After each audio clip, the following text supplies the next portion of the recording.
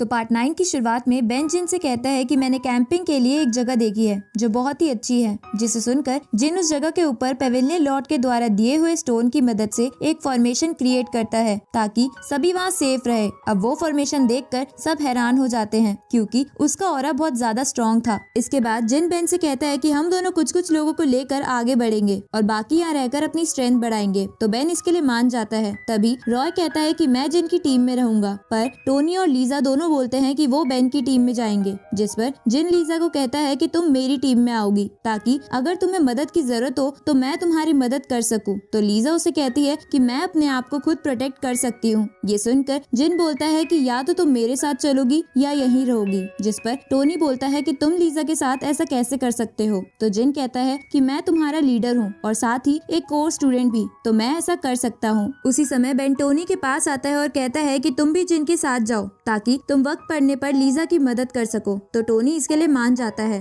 इसके बाद वो सब पेड़ों के ऊपर से छुपते हुए आगे बढ़ने लगते हैं, जहाँ रास्ते में जिन सबको सावधान रहने को कहता है ताकि उन्हें कोई देख न ले। थोड़ी देर बाद वो एक जगह पहुँचते हैं जहाँ 2 सेक्ट के लोग आमने सामने खड़े थे। साथ ही उनमें से एक सेक्ट के पास वो खास रूट भी थी। अब जिस सेक्ट के पास वो खास रूट थी वो दूसरे सेक्ट को रूट जलाने की धमकी देकर पीछे हटने को कहती है। तो सेक्ट के लोग पीछे हट के कहते हैं कि हम ये रूट हाफ हाफ बांट लेते हैं ताकि हमारे एल्डर्स हमसे गुस्सा ना हो। अब ये देखकर लीजा जिन से कहती है कि इन दोनों सेक्ट की इंटेंशन मुझे ठीक नहीं लग रही। तो रॉय जिन से बोलता है कि यहाँ पे तो 2 सेक्ट के लोग हैं, तो हम रूट कैसे ले, जिस पे जिन कहता है कि रूट वाला सेक्ट इन्हें बातों में उलझाकर अपने बाकी साथियों का वेट कर रहा है। तभी जिन उनके साथियों को देख लेता है जो वहाँ पहुँच चुके थे। तो जिन इस मौके का फायदा उठाने का सोचता है, जिस पर रॉय उसे कहता है कि तुम ऐसा मत करो, हम बस कुछ ही लोग हैं। लेकिन जिन रॉय की बात नहीं मानता और दूसरी वाली सेक्ट के ऊपर रूट वाली सेक्ट के साथियों की तरफ वाली जगह से एक आंख का गोला फेंकता है, जिसे देखकर दूसरे सेक्ट के लोगों को लगता है कि रूट वाला सेक्ट उन्हें बातों में उलझाकर मारना चाहता है। इसलिए वो उनको मारने के लिए आगे बढ़ते हैं और उनके एक आदमी को मार भी देते हैं, जिसे देखकर लीजा कहती है कि दूसरे सेक्ट तो बहुत ताकतवर लग रहा है, जिस पर जिन बोलता है कि ये सेक्ट इतना भी ताकतवर नहीं है। उसी वक्त रूट वाले सेक्ट के कुछ साथी उनको पेड़ के ऊपर देख लेते हैं और लीजा के ऊपर अटैक कर देते हैं, लेकिन जिन वक्त रहते लीजा को बचा लेता है और इसके बाद रूट वाले सेक्ट के लोगों से लड़ने लगता है। तभी उनमें से एक बंदा जिन को देखकर कहता है कि ये तो वही है जिसने हमारे सेकंड मास्टर को मारा है, इसलिए हमें इसे मार देना चाहिए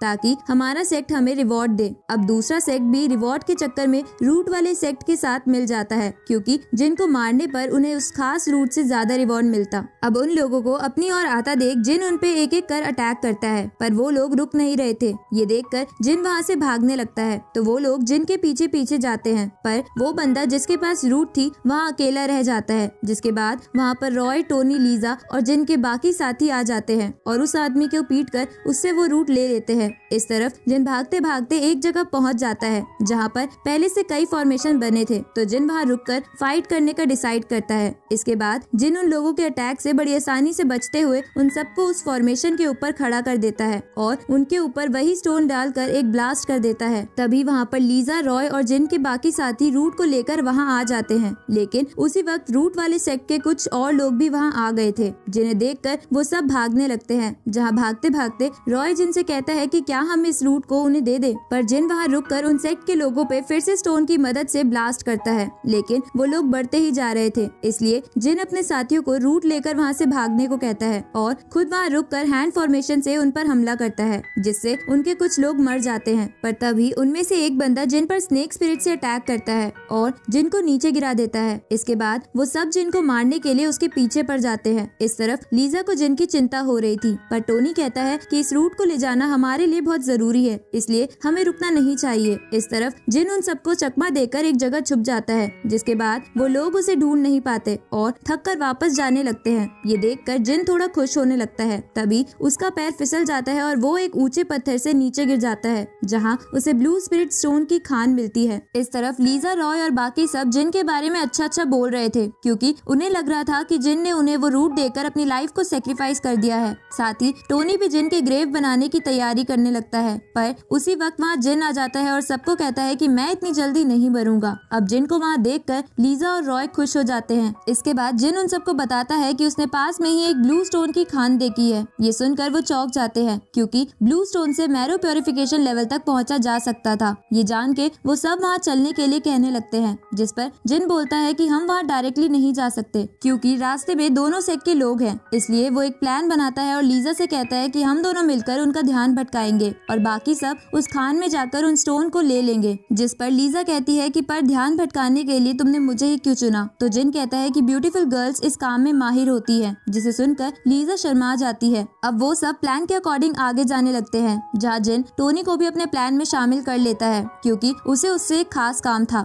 इस तरफ हम रूट वाली सेक्ट के लीडर को देखते हैं जो अपने 3 खास सोल्जर से बोल रहा था कि जिन ने मेरे भाई को मार दिया है और उसने मेरी होने वाली बीवी को भी मुझसे जुदा कर दिया, इसलिए मैं आप तीनों की मदद से जिन को नहीं छोड़ूंगा। तभी उन्हें बाहर से चिल्लाने की आवाज आती है और बाहर जाने पर वो देखते हैं कि जिन उन्हें डरपोक कहकर चिल्ला रहा था। ये देखकर वो लीडर पहले तो जिन के झांसे में नहीं आता, पर जिन के ज्यादा उकसाने पर वो जिन के पीछे जाने लगता है। इधर हम टोनी को देखते हैं जो पानी में नहाते हुए दूसरे सेक्ट के लोगों के पास जाता है और उनके कपड़े लेकर वहाँ से भागने लगता है ताकि वो लोग पानी से बाहर ना आ पाए। लेकिन भागते हुए टोनी को रास्ते में उसी सेक्ट का एक बंदा मिलता है जो टोनी को रूट वाली सेक्ट का मेंबर समझ रहा था क्योंकि टोनी ने उसी सेक्ट के कपड़े पहन रखे थे। अब वो बंदा जोर से चिल्लाकर अपने साथियों को बुलाने लगता है तो टोनी उस बंदे को गिराकर उन सबके कपड़े जलाकर वहाँ से भाग जाता है। जिसके बाद वो लोग पानी से बाहर आकर देखते हैं कि उसके साथी पर रूट वाली सेक्ट के लोगों ने हमला करा था, इसलिए वो लोग टोनी के पीछे भागने लगते हैं। आगे टोनी और जिन एक दूसरे के पास पहुंच जाते हैं और लीजा के साथ एक जगह छुप जाते हैं। थोड़ी देर बाद वहाँ उन दोनों सेक्ट के लोग उन दोनों का पीछा करते करते वहाँ पहुँच जाते हैं, जहाँ दूसरी सेक्ट के लोग रूट वाली सेक्ट यानी उस लीडर के सेक्ट से बदला लेने के लिए उस पर हमला कर देते हैं। तो वो लीडर अपने साथियों के साथ उनसे लड़ने लगता है। आगे जिन लीजा और टोनी को लेकर उस खान में आ जाता है और बेन से पूछता है कि क्या तुमने सारे स्टोन निकाल लिए। जिस पर बेन कहता है कि हमने कई सारे स्टोन निकाल लिए पर अभी भी अंदर बहुत सारे बाकी है। थोड़ी देर बाद वहाँ वो लीडर अपने साथियों के साथ आ जाता है, जिसे देखकर टोनी बोलता है कि तुम लोग इतनी जल्दी यहाँ कैसे पहुँच गए,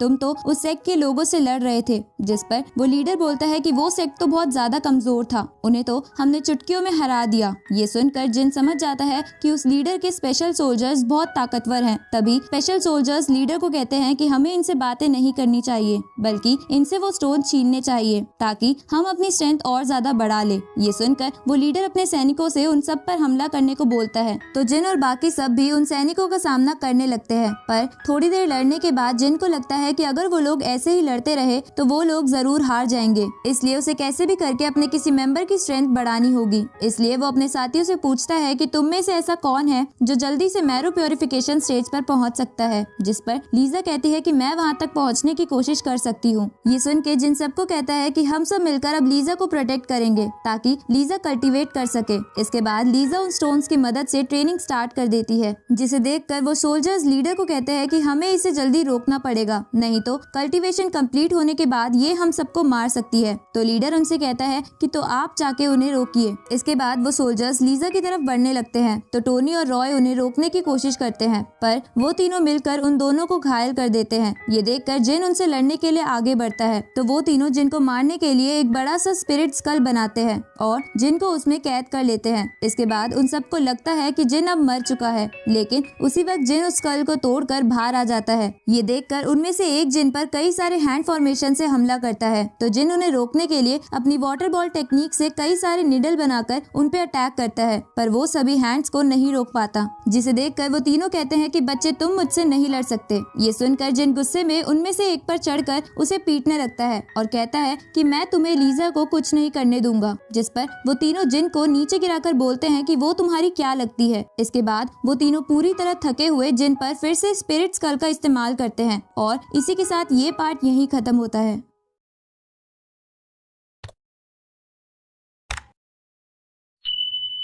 तो पार्ट 10 की शुरुआत में लीजा मैरो प्योरिफिकेशन स्टेज पर पहुंच के उन सोल्जर्स के अटैक को रोक लेती है, जिसे देखकर लीडर भी डरने लगता है क्योंकि मैरो प्योरिफिकेशन स्टेज की मदद से लीजा उन सबको हरा सकती थी। अब वो सोल्जर्स वहां से भागने लगते हैं तो लीजा उन सोल्जर्स के आगे खड़ी होकर कहती है कि अब तुम सब मरोगे। ये सुनकर वो तीनों उन्हें छोड़ने की गुजारिश करते हुए माफी मांगने लगते हैं, पर तभी लीजा जिन को देखती है और जिन की ऐसी हालत देखकर गुस्से में उन तीनों को जान से मार देती है। ये देखकर लीडर और उसके सैनिक उस खान से भागने लगते हैं तो लीजा उनकी तरफ एक अटैक करती है जिसमें वो लीडर मर जाता है और वो सैनिक उस लीडर की बॉडी को वापस ले जाने लगते हैं। तो बेन अपने साथियों के साथ मिलकर उन पे अटैक करने के लिए आगे बढ़ता है। इस तरफ लीजा को जिन की हालत देखकर लगता है कि वो मरने वाला है, इसलिए वो उसे गले लगाकर रोने लगती है। ये देखकर जिन भी नाटक करने लगता है। तभी वहाँ पर रॉय और बाकी सब आ जाते हैं, जहाँ रॉय लीजा को रोते देख खुद भी सर पीट के रोने लगता है। जिसके बाद बेन, टोनी और बाकी सब भी कहते हैं कि अगर आज जिन नहीं होता तो वो सब भी जिंदा नहीं बचते। अब जिन मरने की एक्टिंग करते हुए लीजा से कहता है कि क्या तुम मुझे किस करके मेरी आखिरी ख्वाहिश पूरी कर सकती हो, जिस पर लीजा मान जाती है। तो जिन किस करने के लिए मुंह बनाने लगता है, पर लीजा उसके फोरहेड पर किस कर लेती है। तभी लीजा जिन का वैसा मुंह देख लेती है और समझ जाती है कि जिन एक्टिंग कर रहा है। तो लीजा जिन को उठाकर दूर फेंक देती है और कहती है कि अपनी एक्टिंग बंद करो। इसके बाद जिन खड़ा होता है और कहता है कि मैं तो बस देख रहा था कि मेरे मरने के बाद तुम लोग क्या करोगे। तभी रॉय बोलता है कि तुमने मरने का झूठा नाटक करा, अब तुम नहीं बचोगे। जिसके बाद वो सब जिन को मिलके बहुत मारते हैं। इस तरफ पेवेलियन लॉर्ड और वो टीचर उस जगह के बाहर खड़े होकर देखते हैं कि उस जगह में कुछ चेंजेस आ रहे हैं, जिसकी वजह से उन्हें चिंता होने लगती है। आगे रॉय, बेन और बाकी सब मिलकर बचे हुए स्टोन्स कलेक्ट करने लगते हैं, जहाँ बेन जिन के पास आकर कहता है कि लगभग सारे स्टोन्स कलेक्ट हो चुके हैं, इसलिए हम यहाँ से निकल सकते हैं। तभी जिन उन्हें एक फिनिक्स ग्रास दिखाता है जो उसे उसी केव में मिली थी, जिस पर बेन कहता है कि इसको पास रखने पर हम खुद को हील कर सकते हैं। ये सुनकर लीजा जिन को मुक्का मार के कहती है कि मतलब तुम इंजर्ड होने का भी नाटक कर रहे थे।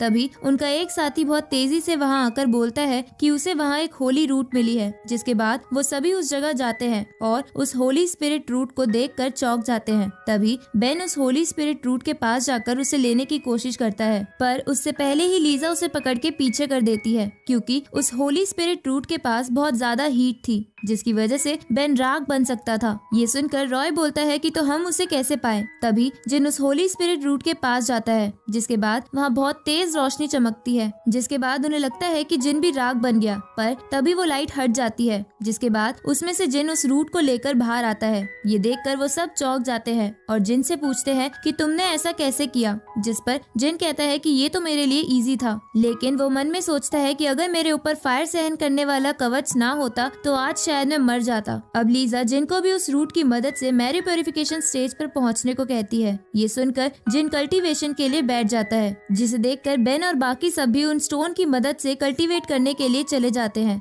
थोड़ी देर बाद जिन वही सब महसूस करता है जो उसने एपिसोड 1 में किया था, जिसके बाद उसके अंदर से बहुत तेज रोशनी निकलती है, जिसे बाहर खड़े दोनों टीचर भी देख लेते हैं। अब उस रोशनी की वजह से वो खान टूटने लगती है, तो बेन उन सबको जल्दी से बाहर निकलने को कहता है, पर तभी लीजा और जिन वाली जगह का एंट्रेंस पत्थरों की वजह से बंद हो जाता है। जिस पर बेन कहता है कि जिन और लीजा दोनों ही मैरो प्योरिफिकेशन स्टेज पर हैं, इसलिए वो कैसे भी बाहर आ जाएंगे, लेकिन हमें जल्दी से जल्दी यहाँ से निकलना चाहिए। इसके बाद वो सब उस माइन से बाहर आ जाते हैं। थोड़ी देर बाद जिन पत्थरों को तोड़ता हुआ लीजा को वहाँ से लेकर आ जाता है। अब 3 दिन बीत जाते हैं और हम पेवेलियन लॉर्ड और उस टीचर को देखते हैं। तभी बेन बाकी लोगों के साथ वहाँ आकर टीचर को ग्रीट करता है, जिस पर पेवेलियन लॉर्ड उसे शाबाशी देते हैं। उसी समय पेवेलियन लॉर्ड की नजर जिन पर पड़ती है, जो लीजा के साथ आ रहा था। ये देखकर पेवेलियन लॉर्ड जिन को कहते हैं कि तुम बस हमेशा लड़कियों के पीछे रहोगे या लीडरशिप भी निभाओगे, जिस पर बेन पेवेलियन लॉर्ड से कहता है कि ऐसा बिल्कुल भी नहीं है। तभी रॉय बोलता है कि जिन ने भी बहुत कुछ किया है। ये सुन के पेवेलियन लॉर्ड कहते हैं कि तो बताओ जिन ने ऐसा क्या क्या किया है और सब कुछ सच सच बताना। जिसके बाद रॉय जिन के बारे में सब कुछ बताता है कि कैसे उसने अपनी जान पर खेलकर उन दोनों सेक्ट के लोगों को हराते हुए उनकी जान बचाई है, और अगर वो ना होता तो हम बच ना पाते। ये सुनकर पेवेलियन लॉर्ड और वो टीचर जिन को शाबाशी देने लगते हैं। ये देखकर बेन थोड़ा दुखी होने लगता है, क्योंकि वो ज्यादा कुछ नहीं कर पाया है। तभी रॉय उसके पास आकर कहता है कि थोड़े समय बाद तुम्हें इसकी आदत पड़ जाएगी, जैसे अब टोनी को पड़ गई है। ये सुनकर टोनी उसे मारने के लिए उसके पीछे भागता है और बाकी उनको देखकर हंसने लगते हैं।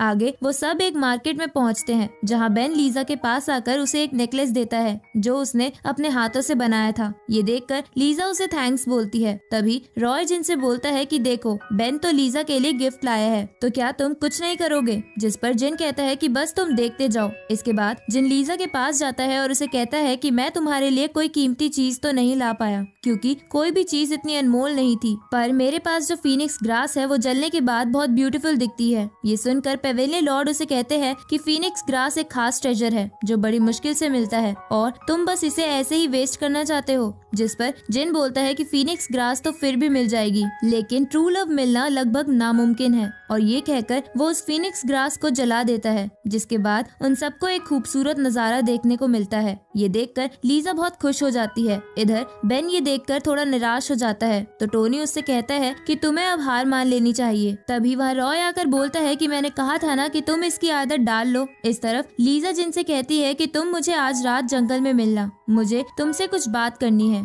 ये सुनकर जिन अपने मन में सोचने लगता है कि शायद लीजा ने उसे किस करने के लिए रात को जंगल में बुलाया है, और ये सोच कर वो हंसने लगता है। जिसे देखकर कुछ लड़के जिन को कहते हैं कि हमें भी अपनी तरह लड़की पर जादू करना सिखाओ। ये सुनकर जिन ये कहकर भागने लगता है कि वो बस सच्चा प्यार है। इधर बेन जब निराश खड़ा था तब उसके पास एक लड़की आती है और उसे एक गिफ्ट देती है, जिसे देखकर बेन अपने मन में सोचता है कि उसे अब लीजा को जाने देना चाहिए। इधर जिन भागते भागते एक जगह पहुंचता है जहाँ उससे मिलने पेवेलियन लॉर्ड आते हैं और उसे कहते हैं कि क्या तुम मुझे भी लड़की को पटाने की कुछ ट्रिक्स बताओगे। जिस पर जिन इसके बदले उनसे लड़ने की कुछ टेक्निक्स मांगता है, तो पेवेलियन लॉर्ड इसके लिए मान जाते हैं। जिसके बाद जिन उनसे पूछता है कि पर आपको ये टेक्निक सीखनी क्यों है। जिस पर पेवेलियन लॉर्ड उसे कहते हैं कि मैं जब भी उस टीचर को लाइन मारने की कोशिश करता हूँ तो वो मुझे इग्नोर कर देती है। ये सुनकर जिन उन्हें कुछ लाइन्स बताकर टीचर से रात को जंगल में मिलने को कहता है, तो पेवेलियन लॉर्ड ऐसा ही करते हैं और टीचर से मिलके उन्हें जिन की बताई हुई लाइन्स बोलने लगते हैं। जिसे सुनकर वो टीचर पेवेलियन लॉर्ड को एक्सेप्ट कर लेती है।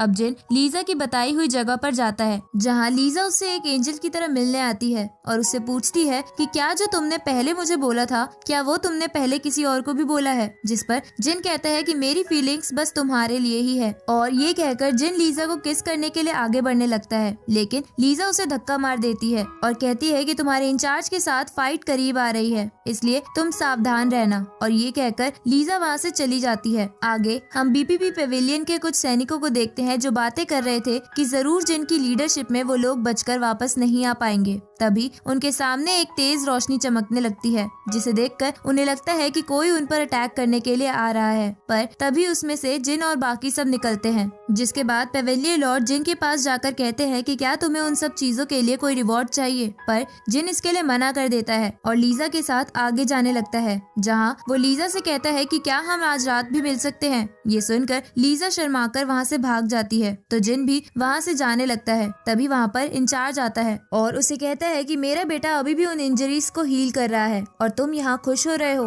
लेकिन तुम ज्यादा देर तक खुश नहीं रह पाओगे क्योंकि 3 दिन बाद हमारा मैच है जिसमें मैं तुम्हें जान से मार दूंगा। ये देखकर जिन भी चौंक जाता है क्योंकि इंचार्ज बहुत ज्यादा स्ट्रॉन्ग और कॉन्फिडेंट लग रहा था, इसलिए जिन ली के पास जाता है और उससे कहता है कि मैं मैरो प्योरिफिकेशन स्टेज पर पहुंच गया हूँ, यानी मैं एक जीनियस हूँ। ये सुनकर ली उस पे कुछ बैंक नोट्स मार के कहता है कि तुम बस एक बेवकूफ हो। जिस पर जिन बोलता है कि मैंने मैरो प्योरिफिकेशन स्टेज सिर्फ 3 महीने में पूरा कर लिया है। जिस पर ली बोलता है कि क्या तुम्हें ये फास्ट लगता है, क्योंकि बड़े आदमी ने इसे 2 महीने में कंप्लीट कर लिया था और मर्ले ने तो इसे बस 1 महीने में ही कंप्लीट कर लिया था। ये सुनकर जिन अपने मन में सोचता है कि उसे अभी और मेहनत की जरूरत है, इसलिए वो ली से कहता है कि 3 दिन बाद मेरी फाइट है, इसलिए आप मुझे कुछ टिप्स और ट्रिक्स दो, नहीं तो मैं उस मैच में हार जाऊंगा और आपकी रेप्यूटेशन गिर जाएगी। ये सुनकर ली जिन को कहता है कि चलो ठीक है, तुम मुझ पर अपने बेस्ट मूव से अटैक करो। तो जिन ऐसा ही करता है और ली पर जेनी से सीखा हुआ अटैक करता है, लेकिन ली उस अटैक को बड़ी आसानी से रोककर वापस जिन पर ही फेंक देता है। ये देखकर जिन ली से बोलता है कि आप मुझे क्यों मार रहे हो।